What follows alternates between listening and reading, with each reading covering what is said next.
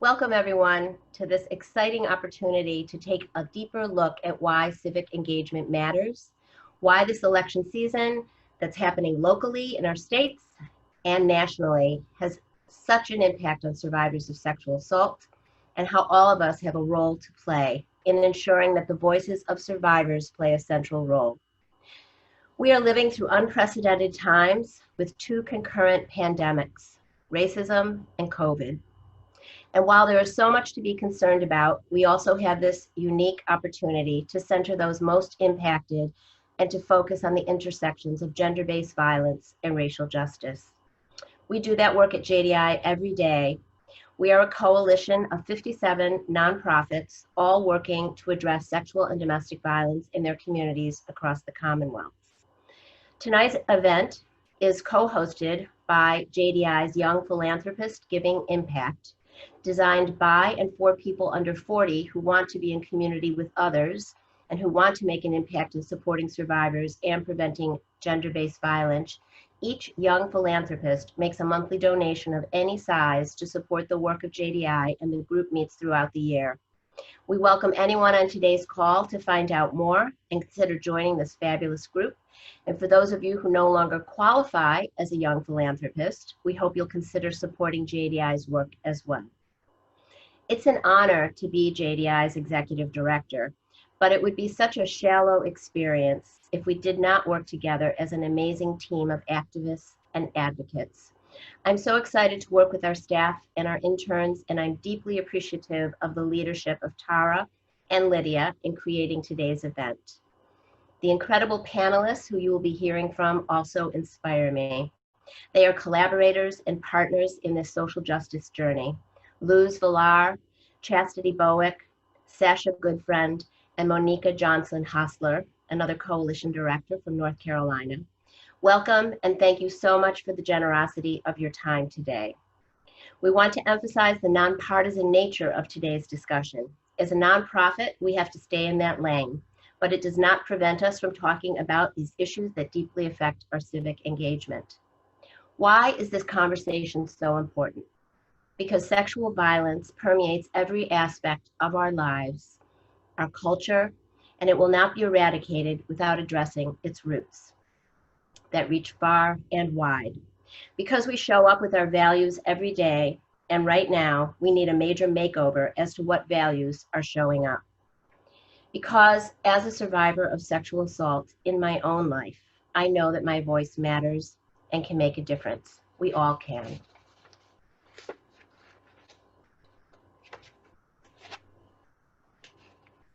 And now I think we want to introduce Lydia. Yeah, thank you, Deborah. Welcome. Okay, so the main event. Shout out to all the young people joining us today. The power of young people is so undeniable. Working with Lydia this summer has been a great honor for all of us. It's a real testament to the power of intergenerational work. Lydia is one of the JDI summer interns and a Brandeis University World of Work Fellow. I have learned so much from her determination, courage, light, her innovation, goodness, and fearless advocacy for survivors and victims of sexual assault. This summer, Lydia brought with her everything that has influenced her: the ability to keep moving forward, patience for others and herself when sometimes it's hard to move forward, generations of innovation, power, and confidence. Lydia, in collaboration with all of us at JDI and our incredible panelists today, put this event together. This event was undoubtedly her vision. Welcome, Lydia. Thank you so much to Deborah and Tara for that wonderful introduction and all of the kind words.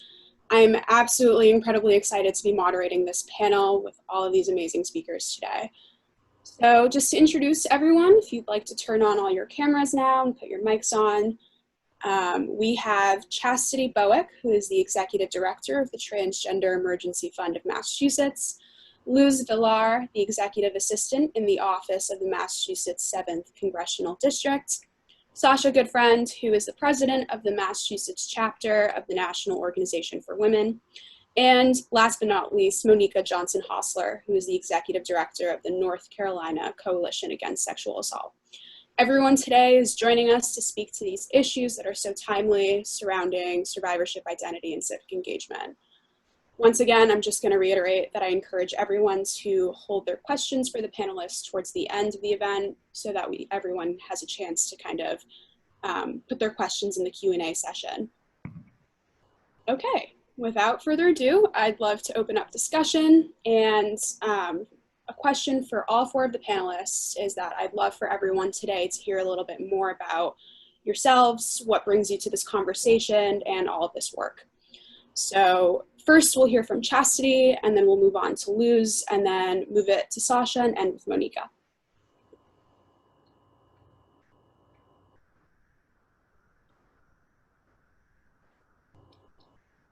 Okay, we can circle back to Chastity towards the end. Luz, if you'd like to begin, we can go with that. Yes, absolutely. So as you stated, I work in the 7th Congressional District of Massachusetts, located here in Boston. A lot of what informs my work and brings me to being here today is definitely my lived experiences, the adversity I had to face and loopholes I've had to find to get to where I am today, for sure. And I can relate to so many people watching, and of course with JDI. Thank you. Thank you. Am I next? Yes, Sasha, you are. Awesome. So Sasha, Goodfriend, she, her pronouns. I have been organizing in Boston for 10 years this fall, I realized. And I started as a student activist at Boston University at the Center for Gender, Sexuality, and Activism, which is a student-run space. And incredibly relevant to this conversation, my first organizing experience in Boston was in response to a series of prolific sexual assaults from the BU hockey team. And without a rape crisis center, with only 2 emergency counselors for the entire 60,000 student population of BU, we realized that this was a problem of rape culture, not just at BU, but of course everywhere.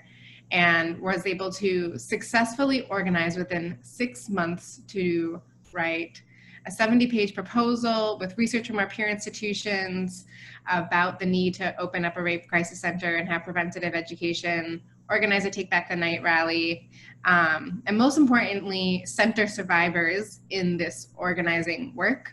And that fall, BU did open up the SARP Center, Sexual Assault Response and Prevention Center, which is a testament to the success of survivor-led organizing work to change institutions from universities to our government. So I bring those experiences in part with me today. Thank you so much for explaining that. Monika, we'll hear from you now. Sure, thank you. Monika Johnso Hostler, she, her pronouns. And as you heard, I'm the executive director at the North Carolina Coalition Against Sexual Assault. And I have the great privilege to also share space with DEBRA as the president of the National Alliance to End Sexual Violence, where we serve on the board together. I am very proud to say I've had no other career other than working in the anti-violence against women, gender-based violence movement. Like you, Sasha, but more than 20 plus years ago, my advocacy started as a freshman in college and recognizing the lack of services and the number of, and I went to a historically Black college, and the number of Black women who had never had language around sexual violence, and certainly were grappling with what it meant to expose and report a Black man, and balancing all the pressures of being a Black woman in our job to support Black men, knowing full well that accountability is necessary, but also that the criminal legal system disproportionately certainly criminalizes Black men more. And so I will definitely tell you 27 years ago, I did not have language around transformative justice, but fortunately I've maintained my work in this in ways in which to center survivors and certainly center our most marginalized survivors, and lift up the ways in which healing happens, which that includes both those who want to see criminal legal outcomes, but more importantly, how do we ensure that my role in this work is to ensure that survivors have the tools and the resources necessary to heal, but also thrive and survive in a culture that's still plagued with rape culture, as we all will be talking about. And in the midst of that, ran for office for the very same reasons of feeling the need that there be public servants whose primary focus was really to say, there is not a facet of government that I don't see the role of addressing the impact of gender-based violence. It certainly impacts those who are violated, and I certainly believe that our government should see its role in both preventing, addressing, and quite frankly, also the accountability of it. And so I will continue to do this work in multiple ways, and I'm very fortunate to have colleagues like you all that I have met over the last couple of weeks as we plan this, and then the hundreds and thousands of survivors and advocates that I've had the pleasure to work with for the 20 plus years I've done this work. Thank you so much, Monika, for that introduction. And last but not least, we'll hear from Chastity. Hi, good evening, everyone. Chastity Bowick. I am the volunteer executive director of the Transgender Emergency Fund of Massachusetts. And what got me into this work as a transgender woman of color who is not only a domestic violence survivor, but also a sexual assault survivor, trying to navigate both of those situations as a trans woman of color, I found myself out there in the streets. I didn't have a Monika to go to, so to speak, in my area. You know, trying to call the police to try to leave that abusive relationship. I was told this is not domestic violence. This is two men having a disagreement. I was also shunned from trying to go to a shelter to leave that abusive relationship. So then I found myself on the streets in Boston and then end up indulging in survival sex work. And to get through that survival sex work, I started indulging in ecstasy pills. So it's a cycle of oppression that transgender women of color go through, and we have no resources to pull ourselves out. After experiencing a sexual assault myself, enough was enough. And I figured that if there's nobody that I can look up to help me navigate out of this situation, then I need to be there for the younger transgender women of color that are coming up before me, and try to prevent them from going through some of the things that I had to go through. So over the past 5 years as a volunteer director of the Transgender Emergency Fund, I have been on the ground trying to navigate and pull resources for my community members. And we're trying to obtain a transitional housing program, which we had a march for in Boston a month ago, which we had over 2,500 people that came out. Thank you, Sasha, also for being a part of that. And that showed the city of Boston that we have a voice, we need to be heard, and we're not asking for special privileges, we just want equal privileges. So that means equal privileges when it comes to, if we say we've been sexually assaulted, we need to be treated as a woman who has been sexually assaulted, and not try to use our past gender against us. And I'm here to fight against that. And I have to be here because a lot of my transgender women, they don't have that voice, or they don't want to speak up because they feel like, what is that going to get them? But I'm here to show them that it's going to get them somewhere. We are the future. I see in 5-10 years, we're going to see more and more transgender women of color, lawyers, doctors, judges. We can be anything that we put our hearts and minds to, but we need to be provided the tools and resources to be able to do so. And that's where I come in. And this is my passion. I love what I do, and I'm grateful to be here with all of you today. Thank you so much, Chastity, for that absolutely incredible opening. We all admire your vulnerability and your power. Absolutely incredible. Okay, so the first concept that I kind of want to delve into with conversation is what the event is named for, the idea of multiple truths existing for survivors, especially those that are young people or first-time voters. So what this means specifically to me as a first-time voter is that there's a complexity surrounding the intersecting identities of survivors who have different beliefs, different ideologies, and that is kind of what informs people's voting decisions and activism in many different ways. So the first question that I have is for Sasha.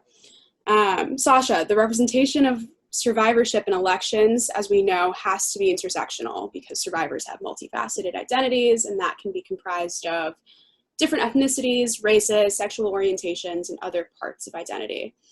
As someone who can speak to the disparities of LGBTQ youth, especially youth of color, what does an informed policy lens within this intersection look like? Thank you so much, Lydia.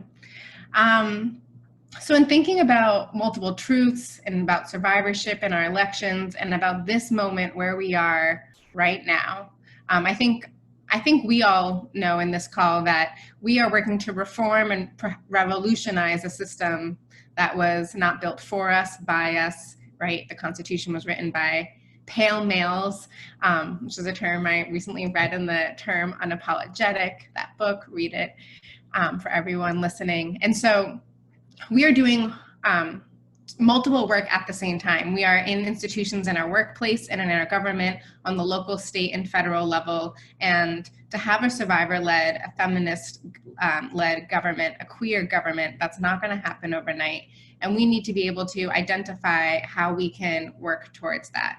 And so that starts with the people. That means having survivors, people of color, queer, trans youth of color in the policy discussions. And I'm sure Luz can speak to Congresswoman Presley's life motto about having the people closest to the pain in the center of policy work. The LGBTQ Youth Commission does that through policy convenings with our GSA network across the state, so that we are having youth review our policy recommendations and inform our policy recommendations as well. We also need data. As survivors, we need our own stories to know that's our truth. As policymakers, we need the data to complement the stories and lived experiences to prove to elected officials that our truth is real in a lot of ways. So SOGI is an acronym for Sexual Orientation and Gender Identity. And that is so important to be included in policy discussions across the board so that we can see how LGBTQ youth and youth of color, of course, race and ethnic data is important in that too, is impacted. That did not happen in the Commonwealth with the COVID-19 pandemic. SOGI data was not included, so we won't know the impact data-wise. And then the last thing I think I want to say on that is impact. How are these laws that we are rallying around really changing people's lives on the ground? And the clearest example that comes to mind is how the LGBTQ movement has really rallied around gay marriage as an icon of assimilation, really, into American culture. And that's not the kind of policy that is going to affect queer, BIPOC, Black, Indigenous, people of color, trans youth on the ground. So we need to really be more critical about what policies we are focusing on our agenda to make sure that lived experience like housing, most importantly, is the #1 public health issue that we're focusing. So I could go on, but I'll stop there.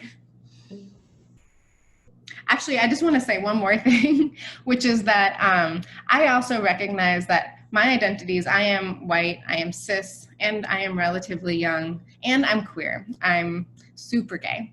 And while that gives me some perspective of the queer experience and the female experience, that I also carry a lot of privilege with my race and cis identity and class privilege. I mentioned I went to Boston University. And so I think it's really important as all activists to be able to recognize our privilege and recognize when we are invited into spaces to represent the LGBTQ community, for example, that we are not always representatives ourselves. And so how can we turn around on our platform to move the table, not just broaden it? I want to say that too. Definitely. Thank you for that. Anyone wants to jump in to build off of that or respond to Sasha's points at all? I mean, there's certainly a lot to say, but I think I will jump, and I saw Chastity snap, so maybe I should just do that instead of talking. But I appreciate you for acknowledging, I mean, even as a clearly Black woman, I still sit in this conversation with a great deal of power, and recognizing also live my life daily in the world with a great deal of feeling and knowing that I'm oppressed because my title is not attached to me when I'm outside. And so I think in this space it's important to recognize that the word that I use to describe to my 14-year-old is a Black woman daily, even at 45. I still live my life code switching in a space right now where I have a great deal of privilege, but then I walk outside of my house and I have a great deal of pain. And recognizing how to manage both of those big P words that I believe that Black women and Indigenous women have held down for centuries.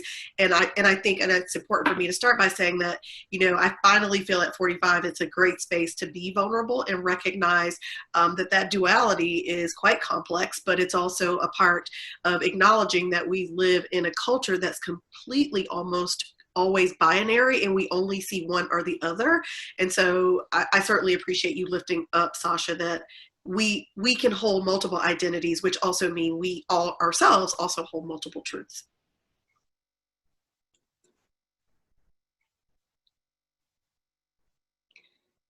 Thank you for that completely. I did want to jump in to ask Chastity a question, since it was kind of highlighted in your introduction and Sasha touched upon it just a little bit with talking about how systems are designed without the most disenfranchised people in mind. And these systems, actively exclude these people. So if you can, would you like to talk about a little bit about what's at stake for the most marginalized sexual assault survivors that you highlight in your areas of impact, such as folk of color or sex workers? Yes, definitely. We never have a seat at the table. That's no matter what the organization is, whether it's counseling and testing, whether it's a shelter. We are the last thought, even sometimes the afterthought or the never thought. So they don't know what type of services we need. We just can't go to any type of substance abuse treatment center or domestic violence shelter. When I tried to go in, they wanted to send me to a male shelter because they was too busy worried about what was between my legs versus, what's going on with me physically being abused. So we need a seat at the table, but we need more activists like Sasha. We need more people like Monika who can advocate for us to help us get to the table. Like I've gotten far in Boston, but it's taken me a long time, and it's going to take even longer to get to where I'm trying to go for me, myself, and my community, because the systems in place are not designed for us. And so part of my job is to disrupt these systems, to force myself to have a seat at the table. So during COVID-19, a lot of trans women of color lost their jobs due to retail, working in food service industries, and there were no services available in Boston. The Transgender Emergency Fund, we were able to go out there and allocate funds and get COVID-19 relief funding to provide housing for these individuals to make sure they stay in their housing, or nutrition or food. And so it's like breaking down those systems. Sometimes we have to be a little bit disruptive. Sometimes, like my sister Athena Vaughn could say, first we'll give them Martin Luther King Jr., and if that don't work, then here we come with Malcolm X. So it's like we need more people to not be so afraid to speak up and speak out.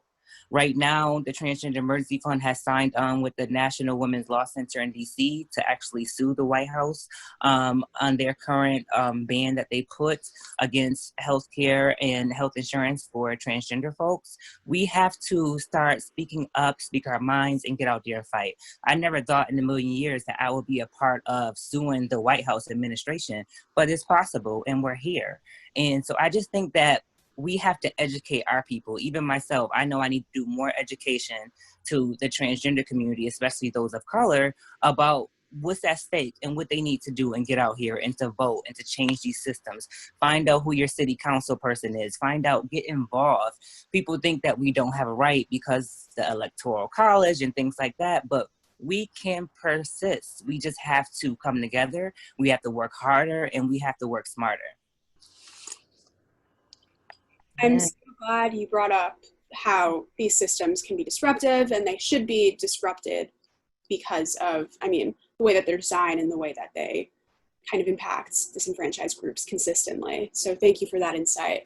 And that makes me think a lot about Luz's role, especially in government and the current career that you hold.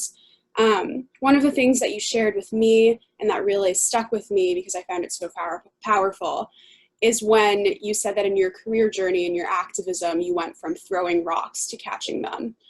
And so for a first-time voter, that feels like you're holding the system and elected officials accountable by contributing your own experiences and your own narratives by entering the government field. So if possible, I'd love for you to speak more as to how accountability of our elected officials falls into that discussion. Yes, absolutely. Definitely thank you, and want to echo what Chastity said. And as I mentioned it a little bit earlier, it's lived experiences. And so prior to me joining government, I was in the private sector. I was a full-time college student. I was carrying the burdens and the open wounds of the traumas of the sexual violence, the domestic violence, and just the overall violence, gang violence you see within your neighborhoods, right? And so I just realized quickly that I was systemically engineered into the really messed up position I found myself in, and then just felt like everyone who I'm supposed to be reaching out to and leaning on doesn't care. And that's a really tough position to be in. And so I knew, I want to say I was probably in my junior year of college, and I was also facing homelessness, and I want to say around 2014 was when I got my first apartment and really started to settle into Boston and organize. And I realized it hits different when you're going up to these elected officials and you're telling them, this is my lived experience. I saw this, I felt this, I heard this, I experienced this. This isn't something I read in a book. And the thing for me that's come full circle is that I went from throwing rocks to catching them. So before me joining this government work, I was I've been with Ayanna Pressley since she was in City Hall.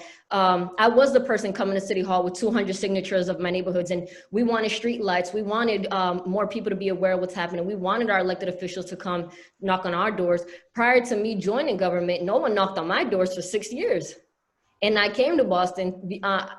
I don't know if you know, in the state of Massachusetts, I want to just drop really quickly on top of the trauma we have to deal with. And I know I'm not the only one. In the state of Massachusetts, only 10% of foster care youth will go on to college, but less than 3% will actually graduate. And I experienced my sexual assault while being in school.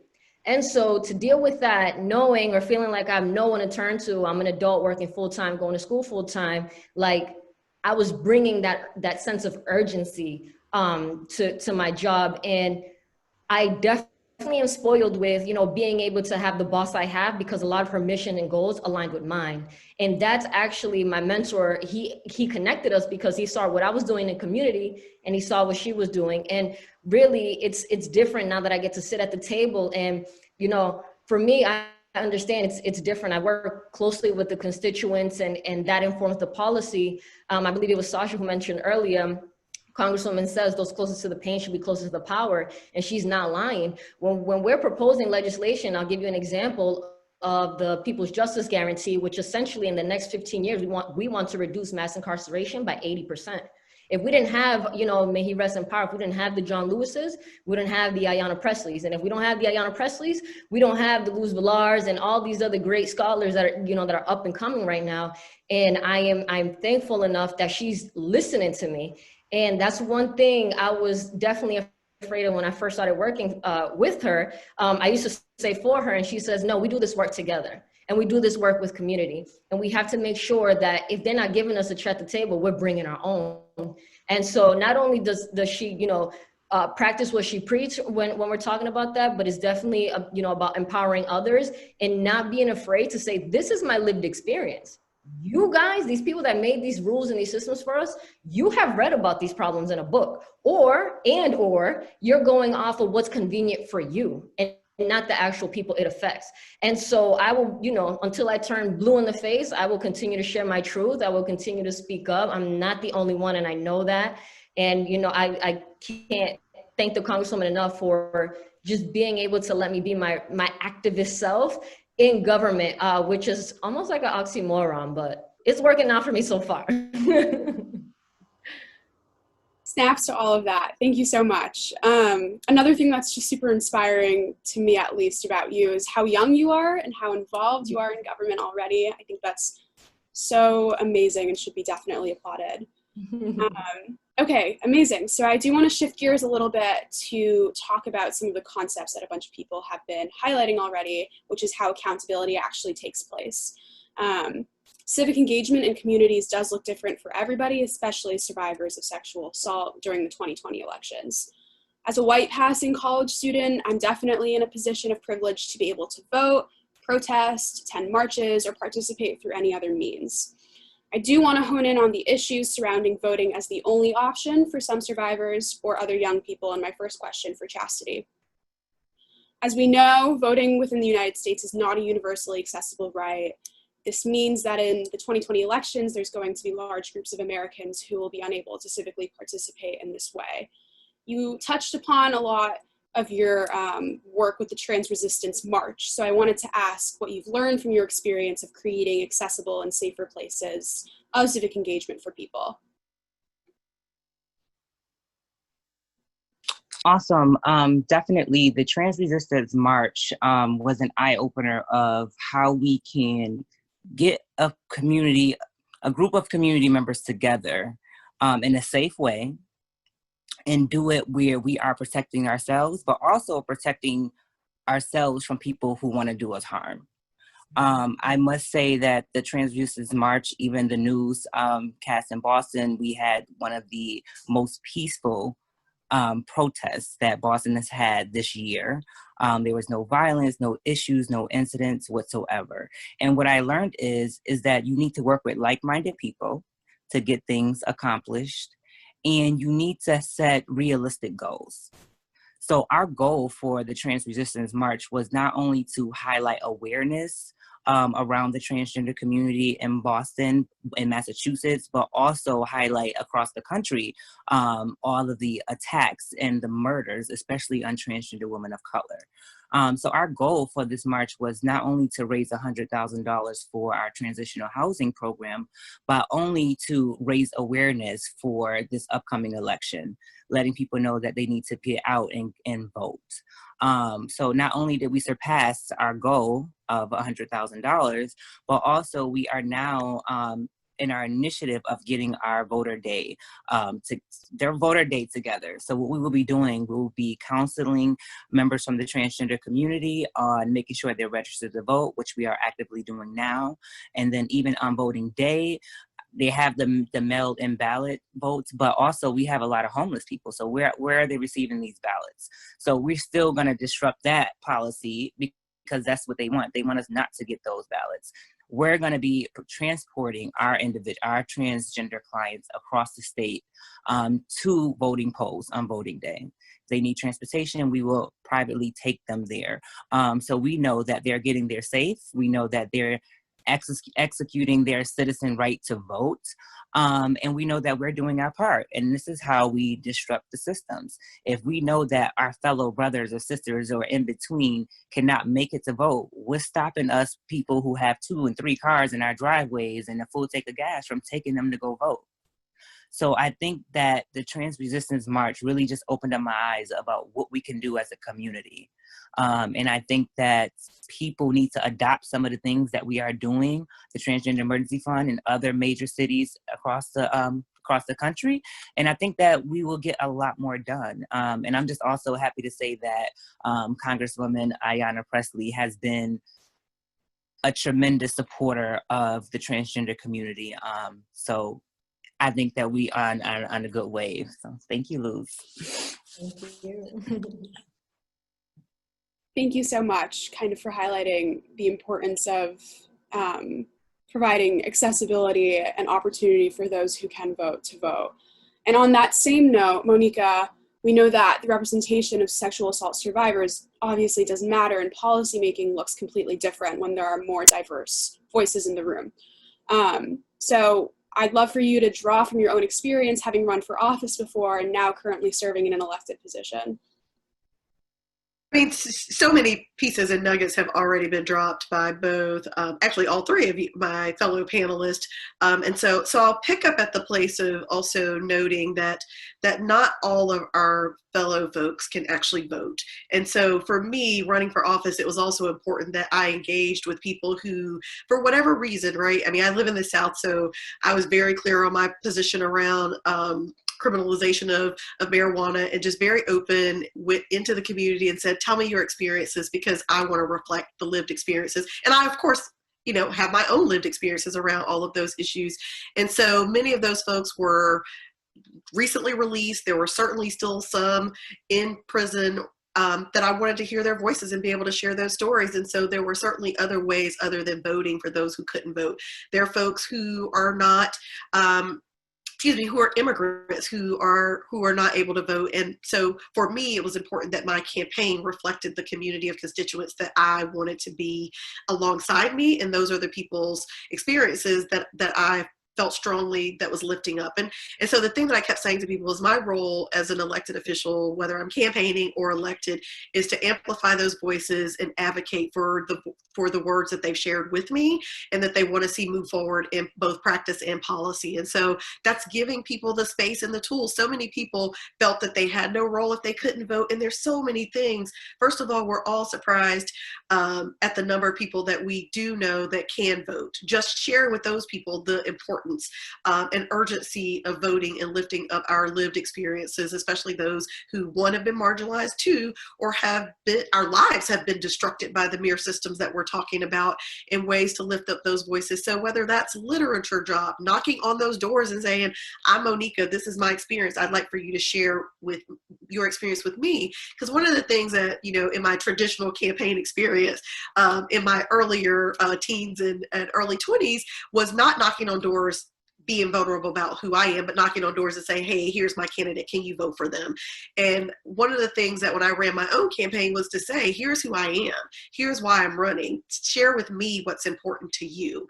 And so having those people say, I can knock on my neighbor's door, I can send my friend an email, I can send a text message, I can stand out here and pass out your cards, which was also important for me for young people. I had so many young folk of color who had never been asked to work on a campaign, didn't know what it meant. And when I lost my campaign in March, I said to them, I was crying because I had people who had never saw themselves in the political realm, didn't think that they had a place. Because the way that we structure politics and civic engagement is you vote or you're elected. And that's kind of, again, the binary people see. You're either the people who vote or you're the people that are elected and don't realize how the sausage is made. And I think it's important, if we're going to say that we're amplifying and lifting up people's lived experience, then they need to be a part of the experience and recognize that there is a role for all of us. And so it's really helping reshape the way politics exist in this country, because we can't expect that we're going to revolutionize systems that were, I never heard this, Sasha, that were created by pale males. We are not going to revolutionize those if people are not engaged at every single step. And the thing that I remind people of is, we know the statistics for survivors of gender-based violence. It's 1 in 4. There are no way that I'm knocking on 5 doors and didn't encounter a survivor. And so for me, it's also important that I say that to people, like, here's who I am. This is my lived experience. This is my professional career. So that allows people, one, if they're not ready to disclose, they understand that I'm standing in front of you saying it is okay for you to be fully yourself in how you engage in the civic process. And so yes, I think it's important that we lift up the impact of gender-based violence in our political space, but I also think it's important that we don't forget that we are survivors doing this work. And so that is, for those of us who are open and willing to say that we be clear about that, whether it's in my space or running for office, which the Congresswoman has done very openly and graciously as a survivor, being very clear about the way that impacts her policymaking. I think that, again, representation matters.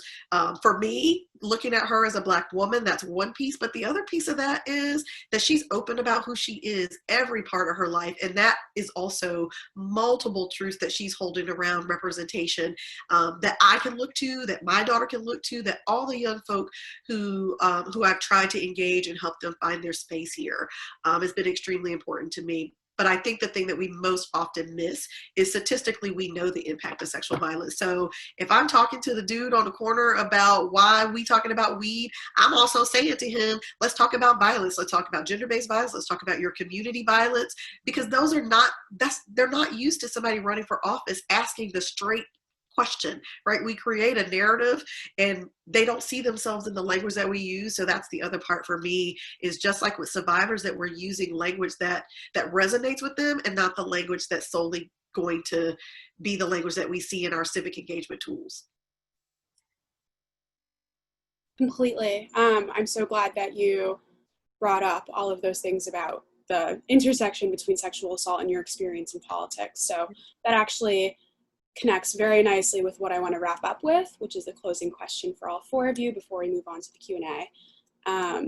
So I wanted to ask the four of you, what things do you notice in this realm of sexual assault in politics that you wish was different or that you think can be improved, especially within or outside of the system? And on that same note, I would love for all four of you to think about what gives you hope that these things will change. So we'll hear from Sasha first, and then we'll move on to Luz, then to Monika, and then end with Chastity.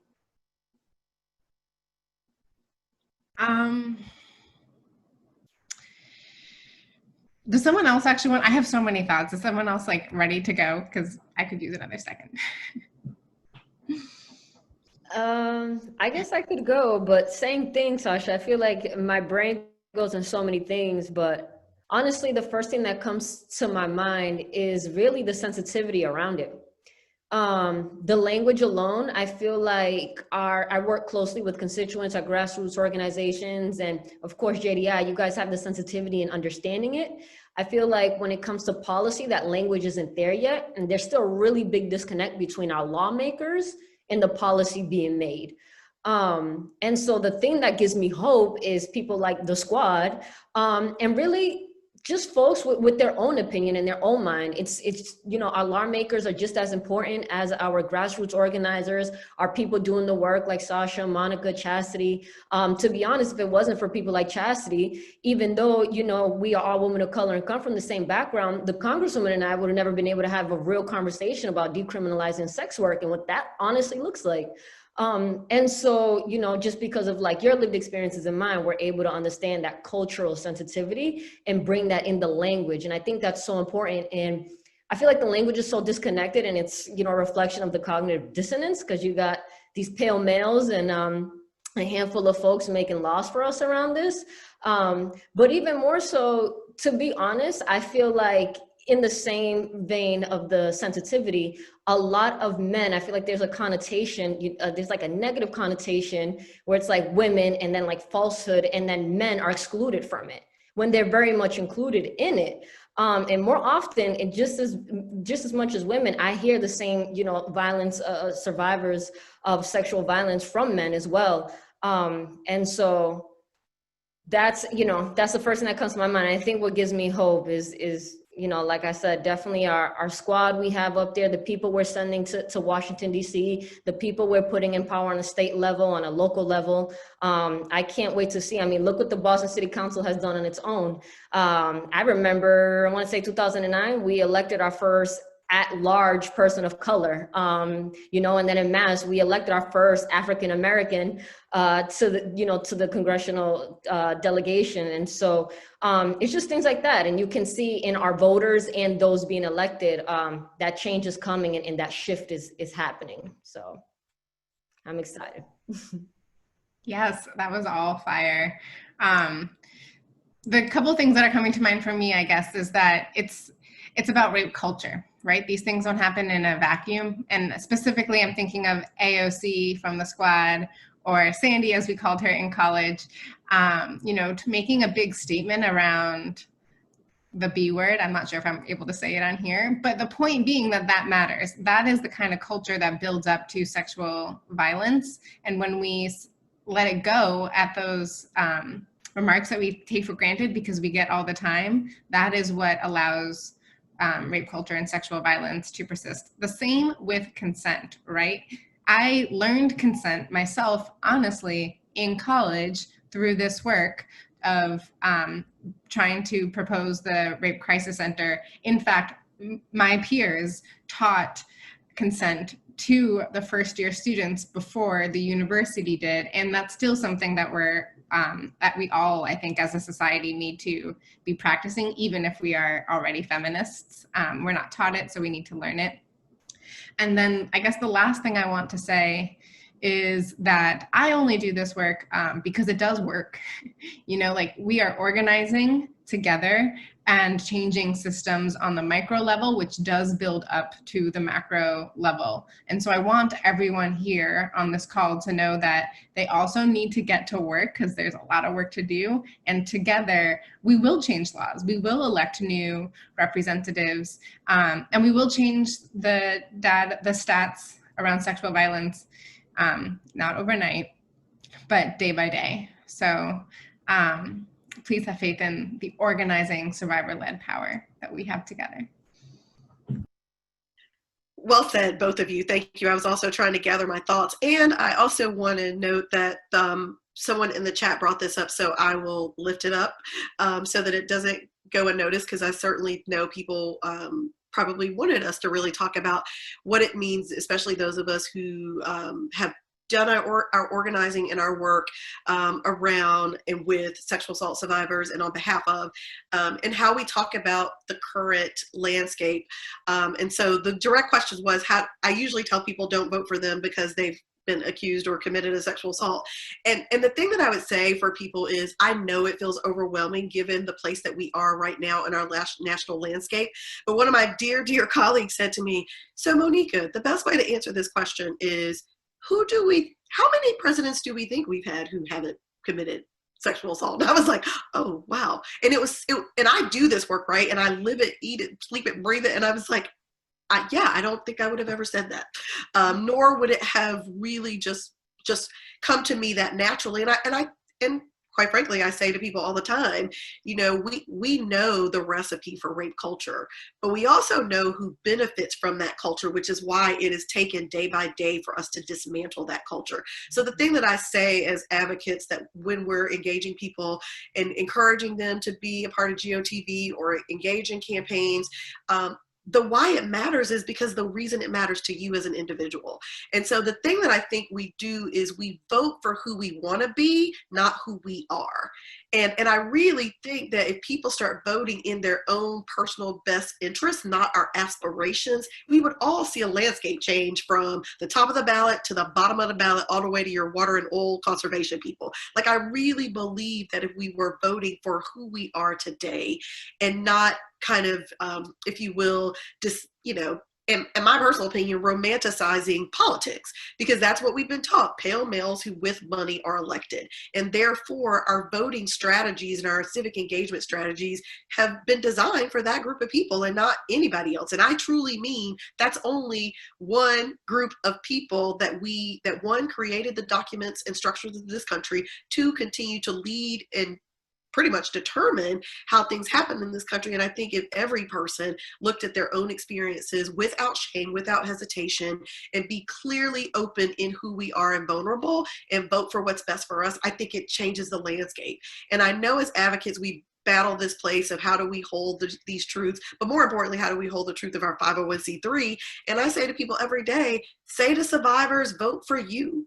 And if you don't see yourself, ask the question that yourself needs to have answered. And so part of our civic engagement is also empowering people to ask those questions and to really be okay. No, I mean, you know, I've ran for school board and I always talk about sexual violence. People are like, I don't understand what that has to do with it. And I was like, well, last year in this one school, there were 100 kids who were sexually harassed or assaulted. That is why we're talking about this. And you'd be surprised at the number of people who say, oh, I work in a school building and that matters to me. And they're only saying it because I made it okay in the space to say. So we also have to give people permission to live their true selves and vote for their true selves, and not try to find a way to dance around these delicate subjects, but to really ask people to vote for where you are today, not for where you aspire to be. Because if we vote for where we are today, all of our aspirations can be true. And that really is what gives me hope, is if everybody on this call and this panel votes for what we need to see change in government, I assure you, we will thrive like we've never seen before. And by we, I mean every single person in this country will be able to thrive, not survive, but thrive if we vote for our interests today so that we can see the change tomorrow. And I quickly just wanted to add, that is so, so very true. And also, folks, we often look at one name on one ballot, and that's not the case at all. You got to look at the holistic picture of it. You know, for example, look at the current administration we have right now. That one person was who folks voted on. Now look at who he appointed in all of his cabinets. So we see one name on one ballot, but remember, we're voting for an entire administration. So remember that too, and look who's connected to who.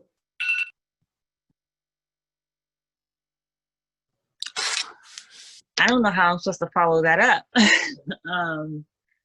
I'll just start by saying, I know for us at the Trans Emergency Fund, what's most important for us to work on is sensitivity, but also our focus is a little different when we're trying to break down rape culture, because first we have to be seen as individuals. So I think our struggle is a little bit different and our fight is a little bit different because for example, as a trans woman, I go to the emergency room and I say I was just sexually assaulted. And then you tell me, oh, okay, we don't have anyone here who can perform a rape kit for you. I've never heard of that in my life. In a whole entire hospital, not the ED, OBGYN, nobody can perform a rape kit.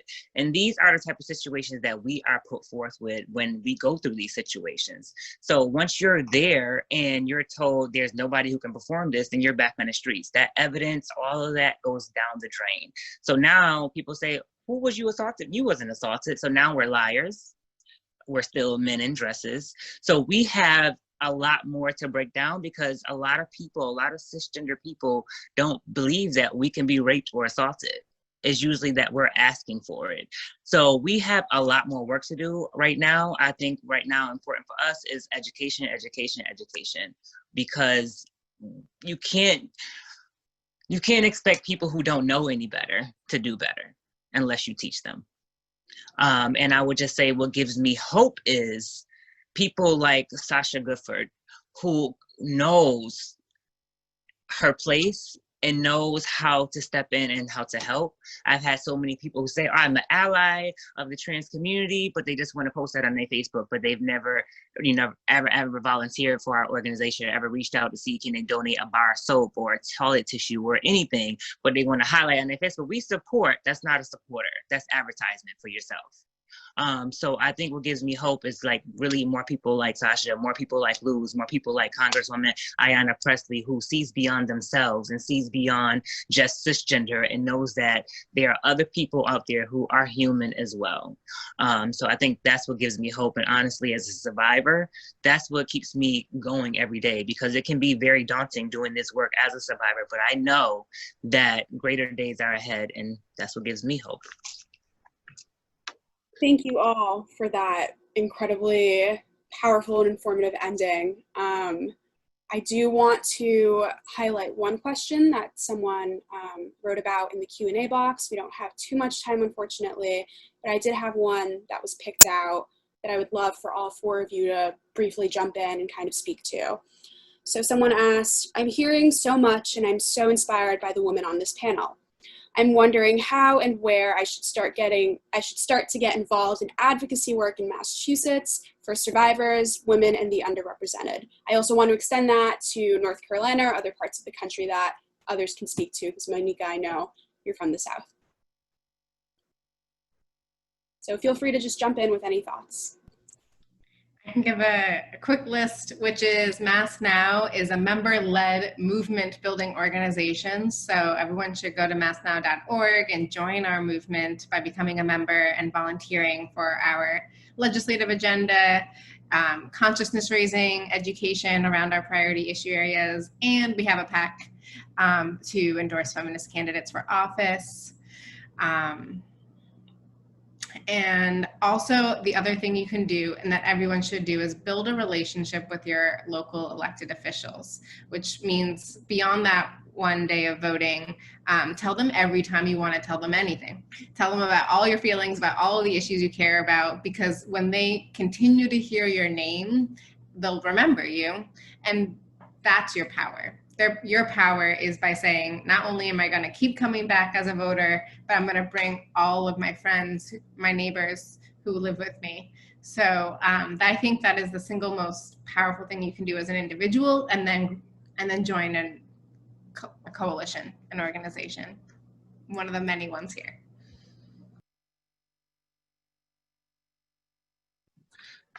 Yeah, we definitely echo that. I'm sorry, would someone see it? think that was you, Chastity, or no? No, you can go ahead. Awesome, thank you. It made me just think of what Sasha just said. It is very, very true.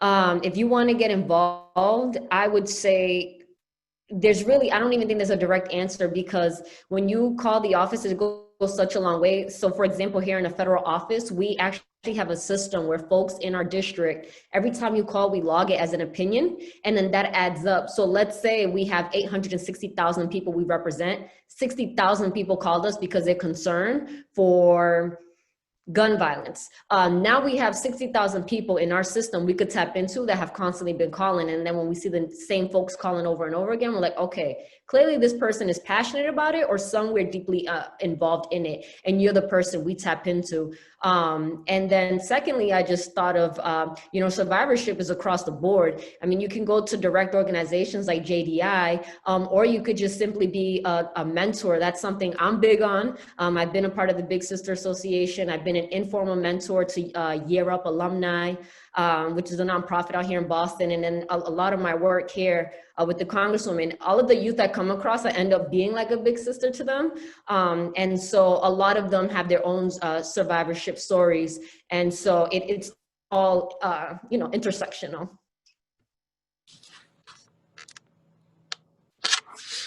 And I would just say also, when you're looking to get out there and be an activist and be a volunteer, also follow your passion as well. Definitely follow your passion, because when you're passionate about something, you're going to work even harder to pursue that passion. And also, if you're looking to volunteer with direct services, the Transgender Emergency Fund does a lot of direct services, and we are accepting volunteers. You can please feel free to visit our website at thetransgenderemergencyfund.org. And also you check out our latest newsletters as well, but we'd love to have you as a volunteer. So I thank you, Lydia, for saying, and Monika, you're in the South. So I would definitely say there are 1,300 rape crisis center, over 3,000 shelters in every state and U.S. territory that would love volunteers and advocates. I also say to remind people that as a sexual assault advocate, volunteer for a campaign, because that's also where you can lend your voice to the survivor issues we just brought up. Many people volunteer from multiple places. One of the things that's important to me is I always have interns, both high school and college interns, and I always say to them that I am committed to that. I've hired many of my interns, and I say because my goal is to build a cabbage patch. So you heard Chastity say earlier that, trans women of color, people of color, trans folk, they're going to be lawyers and doctors, because that's the pathway that this conversation is opening. That's what real allies are doing, are opening the doors, making room at the table, excusing myself from the table so somebody else can have a seat, because clearly they still don't really like a whole lot of people of color at one table. And so recognizing that we also have to be in partnership in the ways that we show up and where we open doors, because that's also a part of being privileged, is I'm gonna open that door for folk. And so I also say, in your communities, right now across this country, there are so many communities of color, community-based organizations for trans folk, LGBTQ, young people. I always include in my list of marginalized identity folk, our homeless folk, excuse me, remembering that there are organizations that you don't even know that exist, that a quick Google will land you, or a quick Twitter search or Instagram, where they're posting their need for support, their need for survivors. Just literally put in sexual assault, people of color. You would be surprised how many organizations exist that are under the radar because they don't have the voices, the privilege, and the funding to be advertised in the way that would yield them the same results as some of our mainstream organizations. So I also ask people to look in your community for where your expertise and interest goes, but also use your expertise in places that you wouldn't normally go.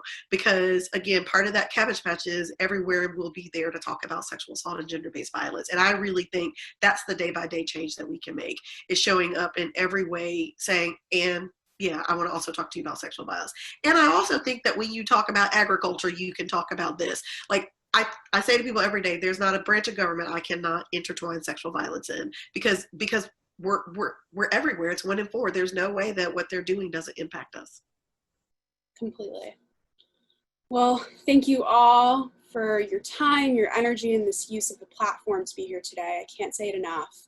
I hope that everyone who's been listening, survivors, young people, first-time voters, can take something that was said here to better inform their work and found validation in this discussion. I certainly have, so thank you so much. I'm going to pass the mic along to DEBRA and Tara, who will close the event. Wow. I don't even know how to follow that. You all are just rock. You are so amazing. The chat has been like an entire other channel, and you know, I feel like we could stay here a lot longer. The substance, the content. I also really love what you just said, Monika, about the ways in which sexual violence can be connected to any topic. And, you know, that's something that is so important, that we integrate these issues into every sphere that we're part of. And I hope that folks are inspired. They've got a lot of good suggestions around activism. I want to thank all of you from the bottom depths of my heart for sharing your generous time with us and your spirit and your passion. It so came through. I want to encourage folks to follow us on social media. If you're on social media, Facebook, Twitter, on Instagram, we're Reimagine Manhood. And to the JDI team for the amazing support that you did, you know, for this whole event. It's so impressive. And to Tara, who lifts us up on social media multiple times a day, makes us look great. And I am very touched by all that was generated today. Tara, do you want to say anything in closing?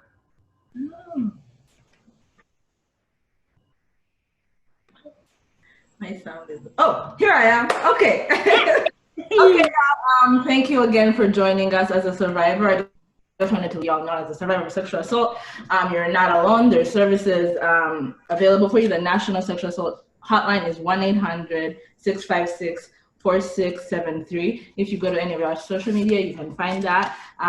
If you live in Massachusetts, if you go to the jendo.org website, you can go to find help and just put in your zip code or the city that you live in, and all the member programs and domestic violence organizations, sexual assault programs, rape crisis centers will show up. If you're looking for resources and tools to get involved in your community, please look at our JDI Civic Engagement Toolkit. We shared it in the chat. You can find it on our website as well. Until we meet again, beloved, thank you all, and have a great weekend or rest of your week. Be hopeful.